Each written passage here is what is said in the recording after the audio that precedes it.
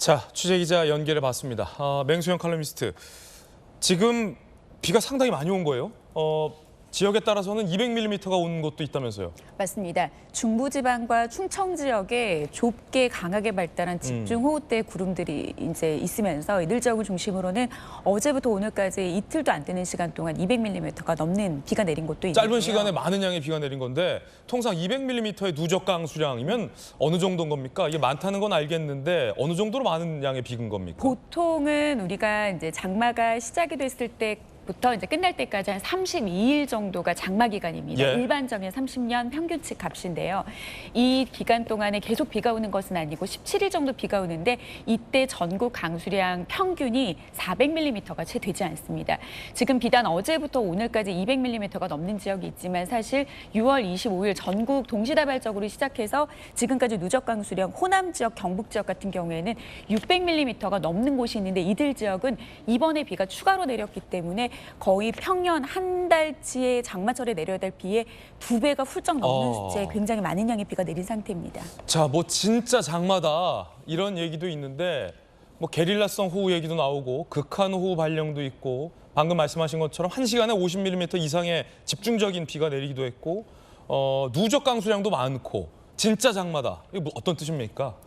과거와는 좀 다른 형태로 나타나는 장맛비라고 보시면 되겠습니다. 과거에는 정체전선상 주변에 좀 폭넓게 비구름이 형성이 되면서 이 폭넓은 구름대가 남북을 오르락 내리락하기 때문에 비교적 많은 양의 비가 내리더라도 좀 전국에 골고루 내렸는데요. 네. 이번 같은 경우에는 정체전선과 함께 저기압이 발달되면서 저기압상에서 강하게 유입되는 따뜻하고 습한 공기, 그리고 또 저기압 후면에서는 차고 건조한 공기가 유입되면서 계속해서 극단적인 서로 다른 성격의 공기들이 대립을 하기 때문에 예. 과거와는 다르게 굉장히 집중호우의 형태, 굉장히 어떤 점 모양의 형태의 강한 비가 시공간적으로 집중되는 그런 형태가 나타나고 있고요. 그리고 야행성 비, 밤에는 비가 강한 비가 내리게 될 경우에는 굉장히 취약 시간대이고요. 복구도 굉장히 힘든 상태에다가 이 밤 사이 때에 덥고 습한 공기가 유입되면서 비구름을 더 폭발적으로 발달시키는 예. 그런 장마가 과거와는 다른 최근에 나타나고 있는 기후변화로 초래된 그런 진짜 새롭게 생긴 그런 장마 형태라고 보시면 되겠습니다. 예. 자, 밤 사이에 이래저래 사고도 많았습니다. 인명피해가 더 이상 발생하지 않도록 만반의 대비를 좀 하셔야 될 것 같습니다. 한덕수 총리가 무리하다 싶을 정도로 대피와 통제를 해야 된다, 대응을 해야 된다라고 주문했습니다.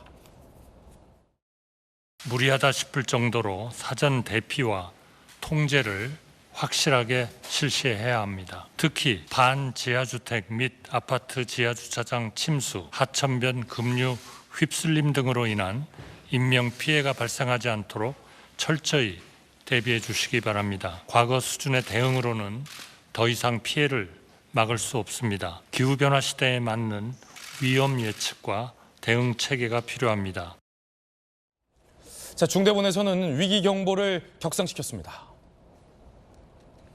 3단계 격상을 했다는데 한 총리의 방금 주문과 연관이 있어 보입니다. 함께 보시죠.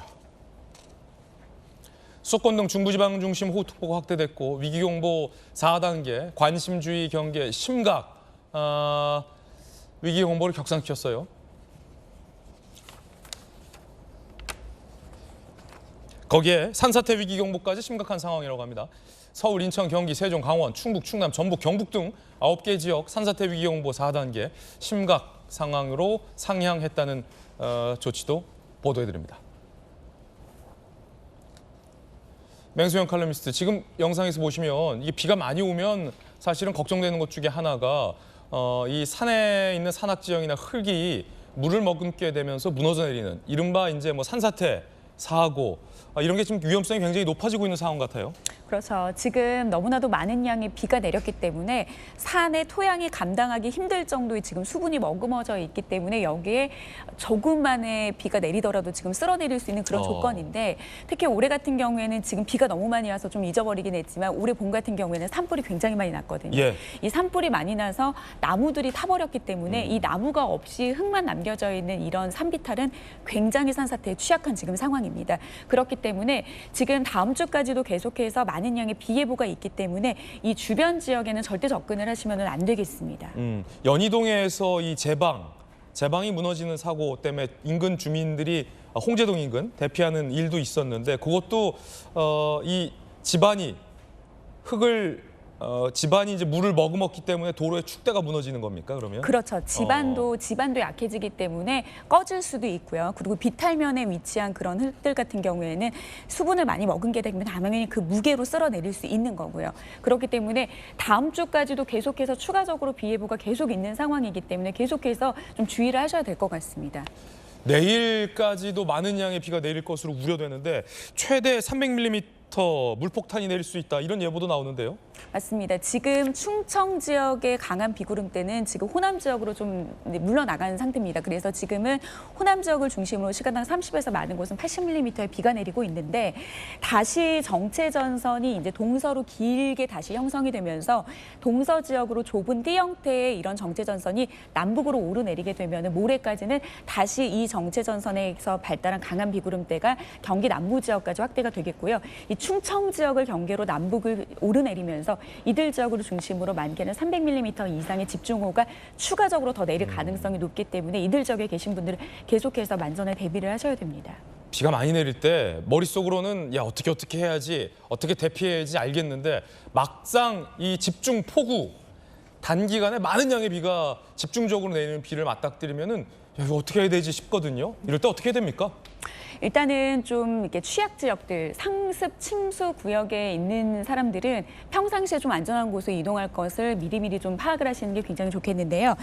국민재난 안전 포털에서 민방위 대피소를 좀 미리미리 검색을 하셔서 위급한 상황에 대처할 수 있도록 하시는 게 좋겠고요. 그리고 안전 디딤돌 앱을 설치를 하시면은 이곳에서도 안전하게 대피할 수 있는 곳들을 검색을 할 수 있습니다. 그리고 이제 뭐 물이 침수가 갑작스럽게 돼서 이제 넘쳐날 수 있는 그런 상황이 발생했을 때는 긴급하게 위험한 그 지역에서 벗어나는 게 굉장히 좋겠습니다. 예전에 그 강남 지역에 작년이었죠.